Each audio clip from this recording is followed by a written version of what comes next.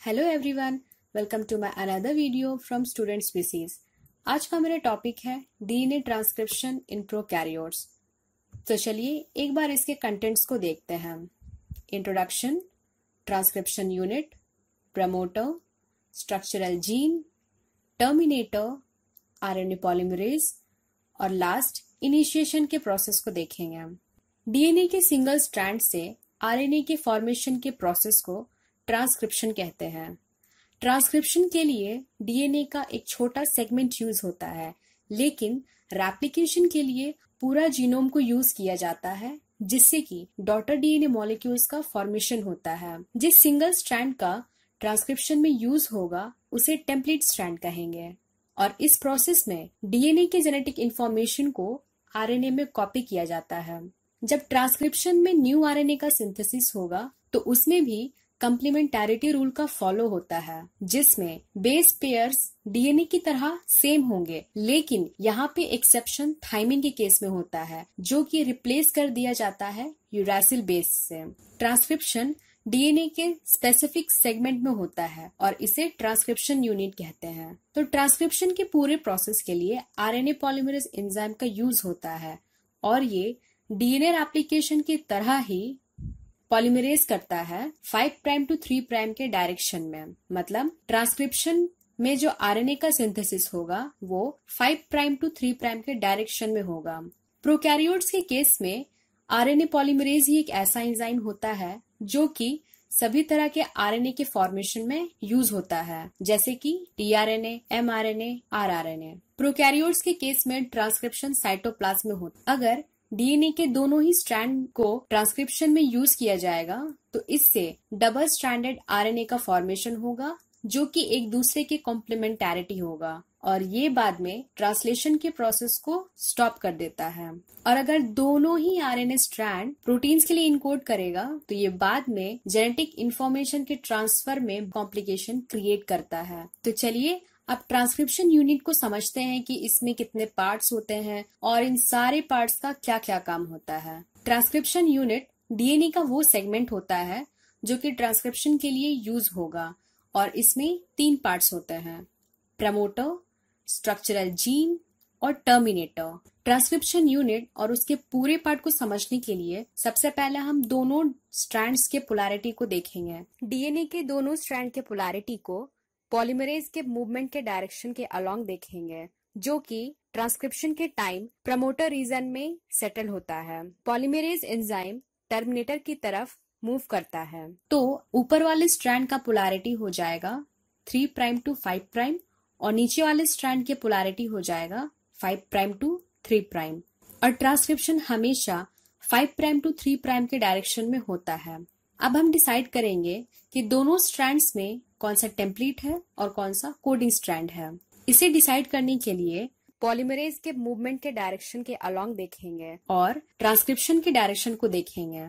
जिस स्ट्रैंड में पॉलीमरेज का डायरेक्शन और ट्रांसक्रिप्शन का डायरेक्शन सेम होगा उस स्ट्रैंड को टेम्पलेट स्ट्रैंड कहेंगे या फिर नॉन कोडिंग स्ट्रैंड कहेंगे। उसके अपोजिट वाला स्ट्रैंड जो कि ट्रांसक्रिप्शन में यूज नहीं होता है उसे कोडिंग स्ट्रैंड कहते हैं।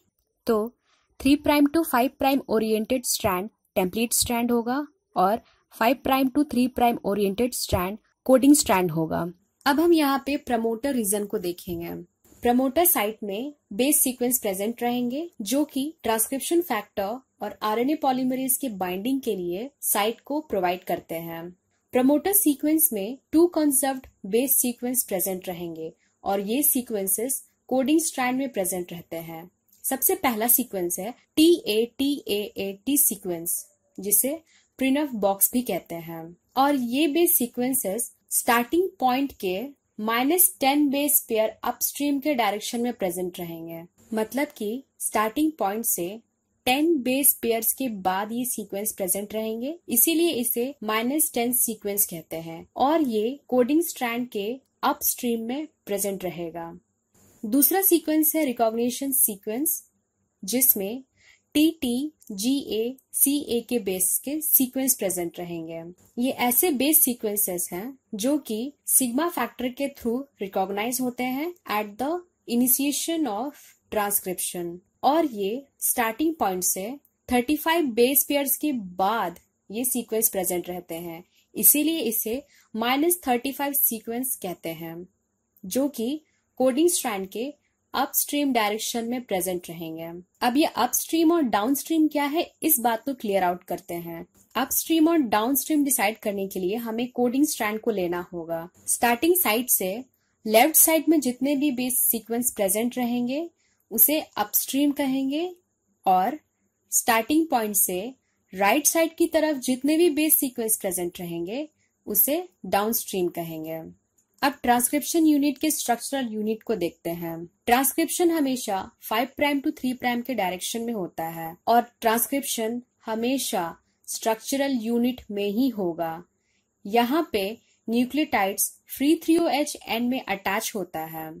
अब देखते हैं टर्मिनेटर में। टर्मिनेटर ट्रांसक्रिप्शन यूनिट का ऐसा साइट है जहां पे ट्रांसक्रिप्शन स्टॉप होगा और इसमें ए बेसिस के बहुत सारे सीक्वेंस मिलेंगे जिसे पॉली ए सीक्वेंसेस कहते हैं। अब देखते हैं आरएनए पॉलीमरेज। प्रोकैरियोट्स में सभी तरह के आरएनए को सिंथेसिस करने के लिए आरएनए पॉलीमरेज ही यूज होता है, जो कि 5 सब यूनिट से बना होगा। 2 alpha unit, beta, beta dash and omega unit. इन सारे यूनिट्स को कोर एंजाइम कहते हैं। जब कोर एंजाइम से सिग्मा फैक्टर बाइंड होता है तो इस पूरे कॉम्प्लेक्स को आरएनए पॉलीमरेज होलो एंजाइम कहेंगे। सिग्मा फैक्टर ही ट्रांसक्रिप्शन को स्पेसिफिक बेस सीक्वेंस से शुरू करता है और इस फैक्टर के बिना ट्रांसक्रिप्शन किसी भी बेस से शुरू हो सकता है, तो इसीलिए सिग्मा फैक्टर का होना बहुत ही जरूरी है। अब देखते हैं इनिशिएशन के प्रोसेस को। ट्रांसक्रिप्शन हमेशा प्रमोटर रीजन से ही इनिशिएट करेगा, क्योंकि प्रमोटर रीजन में 2 कंजर्व्ड बेस सीक्वेंस प्रेजेंट है। सबसे पहला है प्रिनफ बॉक्सेस और दूसरा है रिकॉग्निशन सीक्वेंसेस। इनिशिएशन के time sigma factor core complex के साथ बाउंड करता है और ये होलो एंजाइम का फॉर्मेशन करता है। अब सिग्मा फैक्टर रिकॉग्निशन सीक्वेंस को रिकॉग्नाइज करेगा और ये कोर एंजाइम को प्रमोटर रीजन में लोडिंग करने में हेल्प करता है। जब होलो एंजाइम प्रमोटर रीजन में बाइंड करता है तो ये एक क्लोज्ड कॉम्प्लेक्स का फॉर्मेशन करता है। होलो एंजाइम के बाइंड होने के बाद ये स्टार्टिंग पॉइंट के सामने वाले बेसेस को ओपन कर देता है, जिससे कि ओपन कॉम्प्लेक्स का फॉर्मेशन होता है और डीएनए सेगमेंट के ओपनिंग को ही मेल्टिंग कहते हैं। ट्रांसक्रिप्शन के लिए 4 राइबोन्यूक्लियोटाइड्स का यूज होता है, ATP, UTP, CTP and GTP. Transcription से पहले ये सभी राइबोन्यूक्लियोटाइड्स इनएक्टिव मोनोफॉस्फेट के फॉर्म में न्यूक्लियोप्लाज्म में प्रेजेंट रहेंगे। फॉस्फोराइलेशन के लिए फॉस्फेट, एनर्जी और फॉस्फोराइलेज एंजाइम का यूज होता है, जो कि मोनोफॉस्फेट्स को ट्राइफॉस्फेट में कन्वर्ट कर देता है। अब देखते हैं कि फॉस्फोराइलेशन में क्या होता है। एएमपी, यूएमपी, सीएमपी और जीएमपी ये बेसिस के मोनोफॉस्फेट फॉर्म में प्रेजेंट हैं।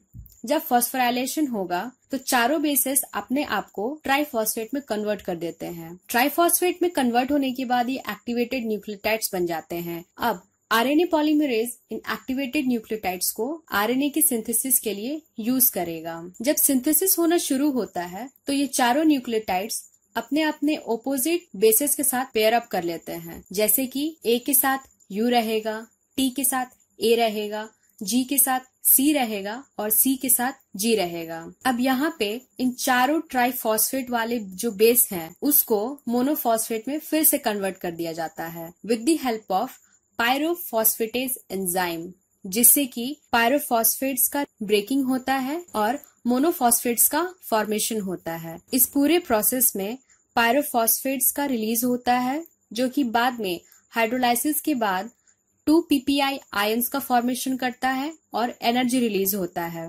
यहाँ पे जो एनर्जी रिलीज हुआ है वो चेन फॉर्मेशन के लिए यूज होता है और कम्प्लीमेंट्री बेस पेयर्स में टेम्पररी बॉन्ड्स बनाने के लिए भी इसी एनर्जी का यूज होता है। शुरुआत में अबॉर्टिव सीक्वेंसेस जिसमें 10 बेस पेयर्स होते हैं उसका फॉर्मेशन होता है और ये अबॉर्टिव सीक्वेंसेस को डिस्प्ले करता है। अबॉर्टिव सीक्वेंसेस का मतलब है कि जब आरएनए फॉर्म होगा तो ये अपने आप को सिर्फ 10 बेस पेयर्स तक ही इलोंगेट कर पाएगा, उसके बाद ये टूट जाता है। ये इसलिए होता है क्योंकि आरएनए पॉलीमरेज में सिग्मा फैक्टर प्रेजेंट है, जो कि एग्जिट चैनल को क्लोज कर देता है और इसी फेज में इनिशिएशन स्टेप कंप्लीट होता है।